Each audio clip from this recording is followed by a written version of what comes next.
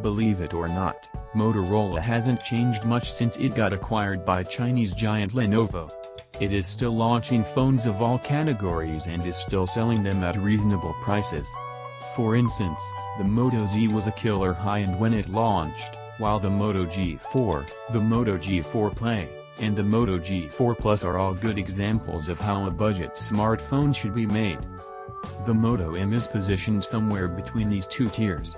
As an Android mid-range model, it checks all the right boxes. It has good specs, great design, and an affordable price.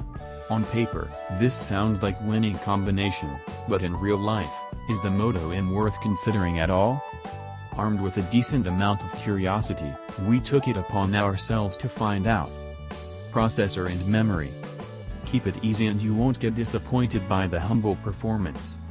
Inside the Moto M, one can find an octa-core MediaTek Helio P15 chipset clocked at 2.2 GHz and aided by some 4 GB of RAM. However, certain versions of the Moto M are powered by a 2.0 GHz octa-core MediaTek Helio P10 chipset, which is slightly less powerful. But enough technicalities. What you need to know about the Moto M is that it's a humble performer when it comes to anything more intensive than basic tasks.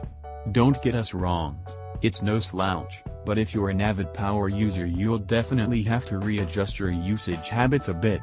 Gamers will often notice choppy frame rates while playing more graphics-intensive games, while the phone itself will get noticeably warm. Simpler games are a better fit for the Moto M's hardware setup. Fortunately, the lightweight Android interface is snappy in day-to-day use. As far as storage goes, the basic version of the Moto M comes with 32 GB natively, but you can also get it with 64 GB if that floats your boat. Fret not, data hoarders, there's also a microSD card slot available.